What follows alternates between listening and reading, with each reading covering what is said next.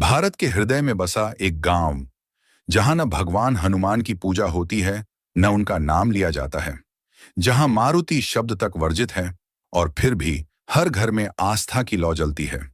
ये कहानी है दैत्य नांदूर गांव की, जहां निम्बा दैत्य नाम का एक अद्भुत देवता पूजे जाते हैं, जिनकी पूजा के पीछे छिपा है एक चौंकाने वाला पौराणिक रहस्य।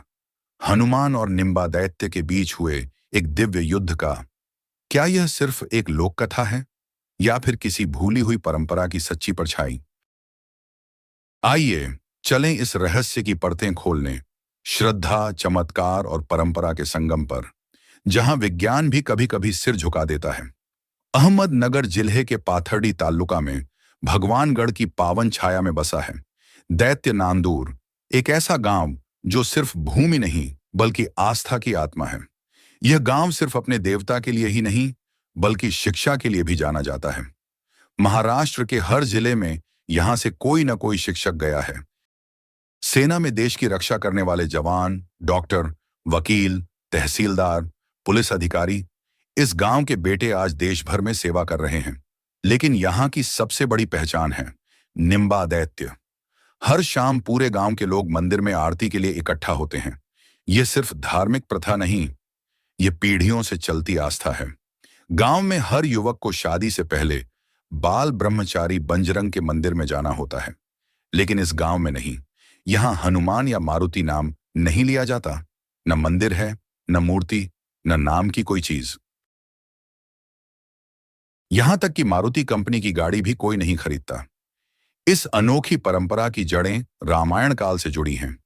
जब श्री राम ने सीता को रावण से मुक्त कर जंगल में छोड़ा, हनुमान उन्हें दंडकारण्य में ले गए। हनुमान फल लेने गए, और वहीं उनका सामना हुआ निम्बा दैत्य से। दोनों में भयंकर युद्ध हुआ, दोनों घायल हुए। लेकिन जब निम्बा दैत्य ने श्री राम का स्मरण किया, तो हनुमान चकित रह गए। श्री राम ने निम्बा दैत्य को वरदान दिया, इस गांव में तुम्हारी ही पूजा होगी, यहां हनुमान का कोई नाम नहीं लेगा। और तब से यह गांव दैत्य महाराज का हो गया। आज निम्बा दैत्य का मंदिर सरकारी कौन दर्जा तीर्थ क्षेत्र योजना में सम्मिलित है। ट्रस्ट ने गांव की स्कूलों को सहायता दी है। त्योहारों पर गरीबों को भोजन, कपड़े, जरूरत की चीजें दी जाती हैं। स्वर्गीय खासदार दिलीप गांधी ने इस गांव को गोद भी लिया था। डॉ देशमुख ने हनुमान नाम की गाड़ी खरीदी, स्टिकर तक लगवाया, लेकिन कुछ ही हफ्तों में बेचनी पड़ी, क्योंकि वह गांव में नहीं चलती थी। एक बार एक डोंबारी जय बजरंग कहकर कसरत कर रहा था। लोगों ने मना किया, उसने नहीं माना, और कुछ ही पलों में वह डोरी से गिर गया। मंदिर ले जाने पर ही होश आया। एक बच्चा रात दिन रोता था। डॉक्टर भी थक गए। तब पता चला उसके बिछावन पर मारुति का चित्र था। जैसे ही बदला गया, बच्चा शांत। चाहे कोई देश में हो या विदेश में, चैत्र पाड़वा की यात्रा में हर कोई लौटता है। निम्बा दैत्य के चरणों में आकर ही आत्मा को शांति मिलती है। निम्बा दैत्य एक नाम नहीं, एक जीवन शैली है। आस्था, परंपरा और चमत्कारों से जुड़ी ऐसी दास्तान जिसे सिर्फ महसूस किया जा सकता है।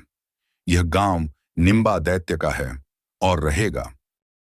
अगर आपको ये कहानी पसंद आई हो, तो कथा सागर चैनल को जरूर सब्सक्राइब करें, ऐसी ही रहस्यमयी और दिलचस्प कहानियों के लिए।